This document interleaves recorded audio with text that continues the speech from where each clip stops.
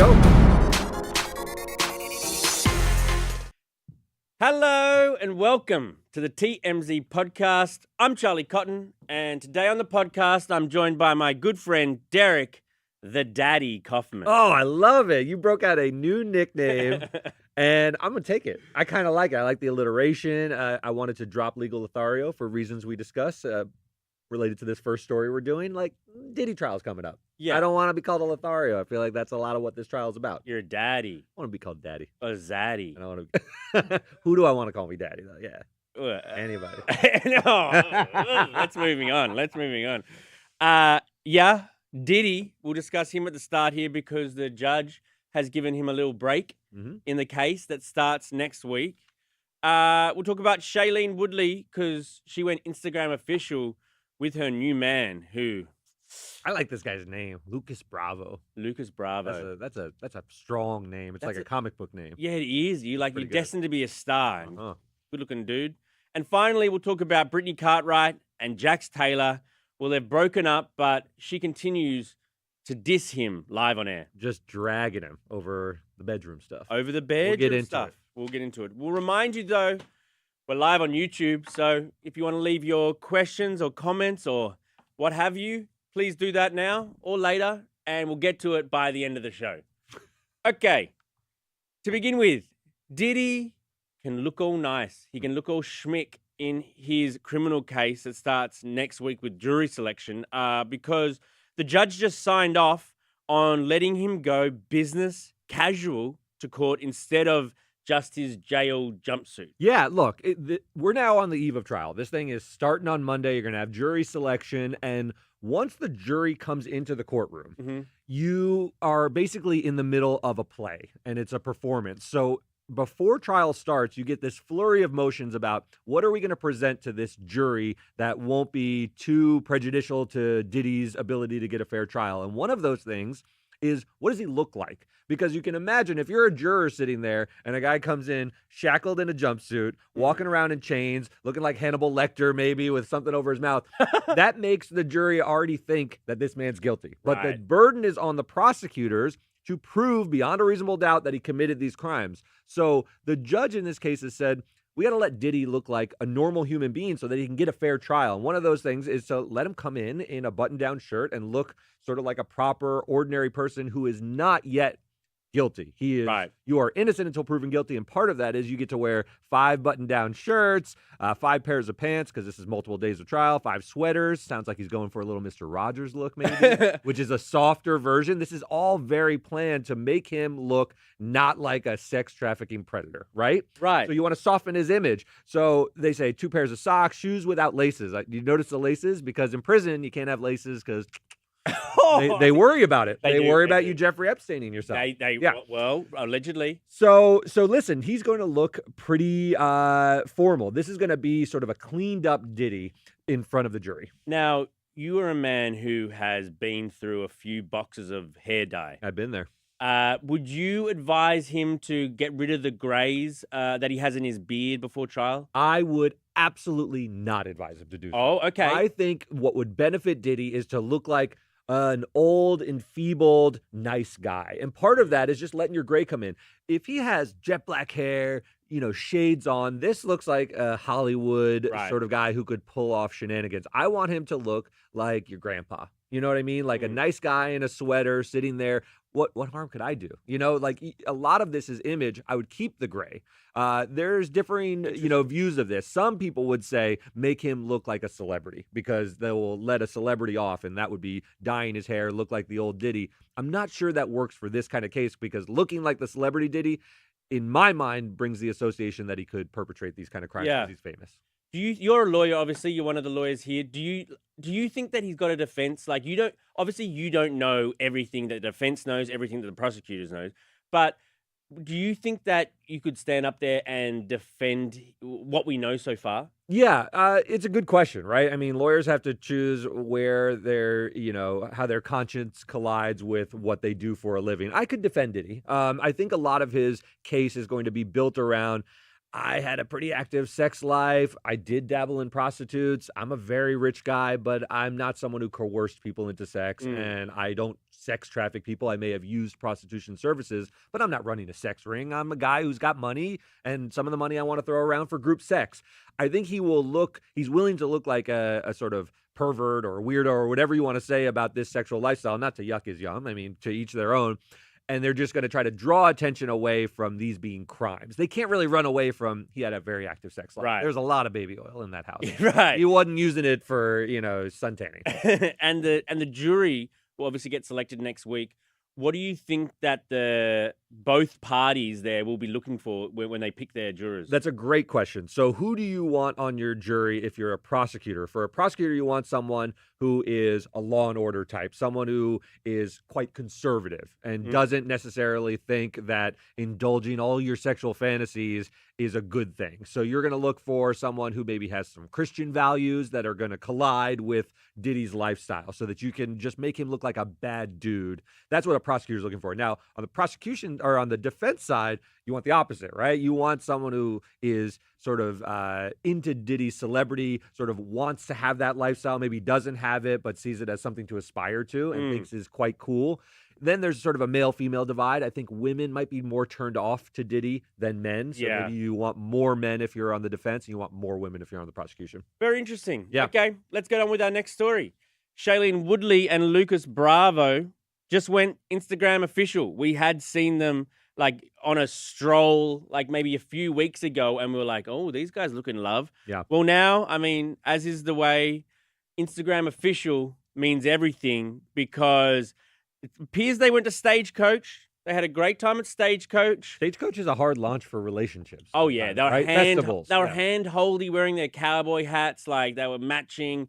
And then they went to that funny little place with all, like, the painting on the rocks. What's that place called? I don't know. You know better. I don't know. Painted Rock, maybe? Painted Rock Castle thing in California. And they're obviously just, like, on a little road trip together.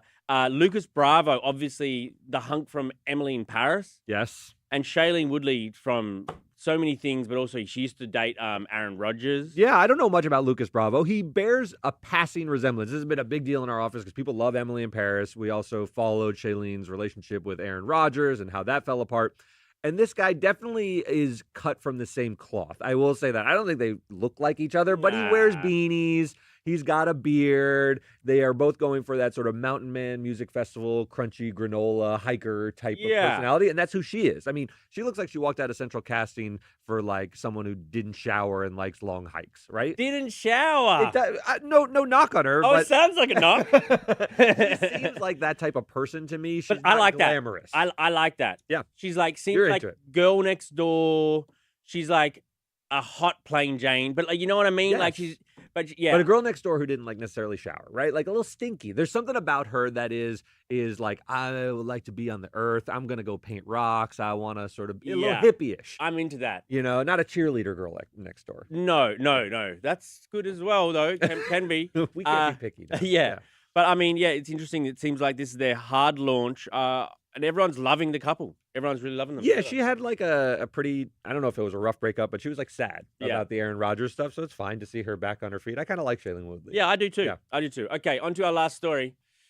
Britney Cartwright went on Watch What Happens Live to slam her ex, Jax Taylor. Let's have a listen to her talking to Andy Cohen now.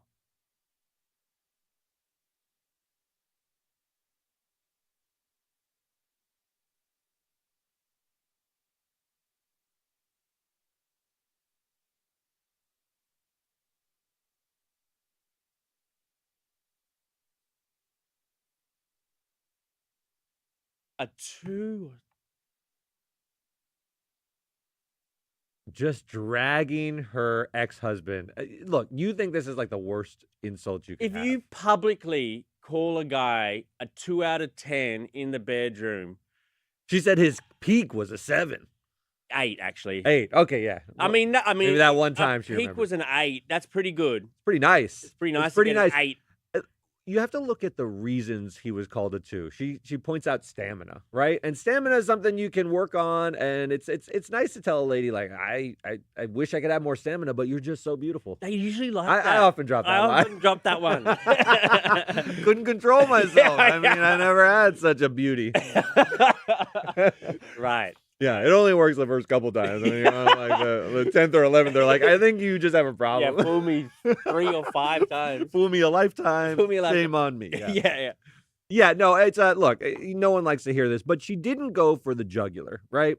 The jugular is he's not working with much. She went for the stamina card, which is something that he can say, yeah, look, I didn't have stamina because I wasn't as into it, but with you, baby. So that won't hurt his sex life, I don't think. If he had dropped the hammer and said, Jax isn't working with much. Yes. Yeah, really hard to rebound from it. Now, it is interesting casting for who's discussing this story with me because you have been quite open about, your own inchage. My own perceived inadequacies? Yeah, or lack thereof. Yeah, look, I mean, I fall on the sword because my approach is to create the lowest expectations possible because then you can only exceed them, right? Yeah, I like that. I like everyone to just think, oh, man, he says this about himself. There's not much there. And then, surprise! It's slightly better than advertised. Who are you taking your pants off in front of? Only Mary. Only Mary has ever seen me. I don't even take my shirt off in front of people. You know that. Oh, yeah, true. All right. Should we read out some of your comments now? Yeah, let's do it. The media directory said, Diddy do it? Nice wordplay there. Brian Evans, grease him up and send him to prison. Yeah, I mean, he's been in prison for a while. Is he ever going to see the light of day? At least he gets some nice drip during his trial, but I don't think he's going to be a free man at the end of this, if you're asking my sort of prediction. I wasn't. Did you see that George Santos is also worried about going to prison? Did you see that story today? I did see that, yes. He thinks that he's going to get brutalized in prison, so he's like, if anything happens to me. Yeah, it's not a mistake. It's not a mistake. Yeah. Oh, yeah, it's scary in a prison. It must be tough for him in prison. Crystal Brown says, I hope they nail his ass to the wall. Nothing that man put on going to help him. I think it's an uphill battle for him, don't you? I mean, the perception is the reality with Diddy, and yes, we got to get into they have to prove these specific crimes, but there's a lot of jurors who are going to be inclined to just think he's a bad dude. You just need one, though. Yes, that's true. The burden is on the prosecution. He's got to convince everyone, whereas he's just got to convince one. Rose says, I can't wait for the trial to start, but unfortunately, it's not going to be televised. No cameras in the courthouse. Yeah, that sucks. It makes you so upset because we got the Johnny Depp trial in Virginia. We obviously had OJ out here but New York doesn't do it that way. They will have sketches, but sketches are always just like kind of comedy and not really very interesting. Same thing for Justin Baldoni and Blake Lively.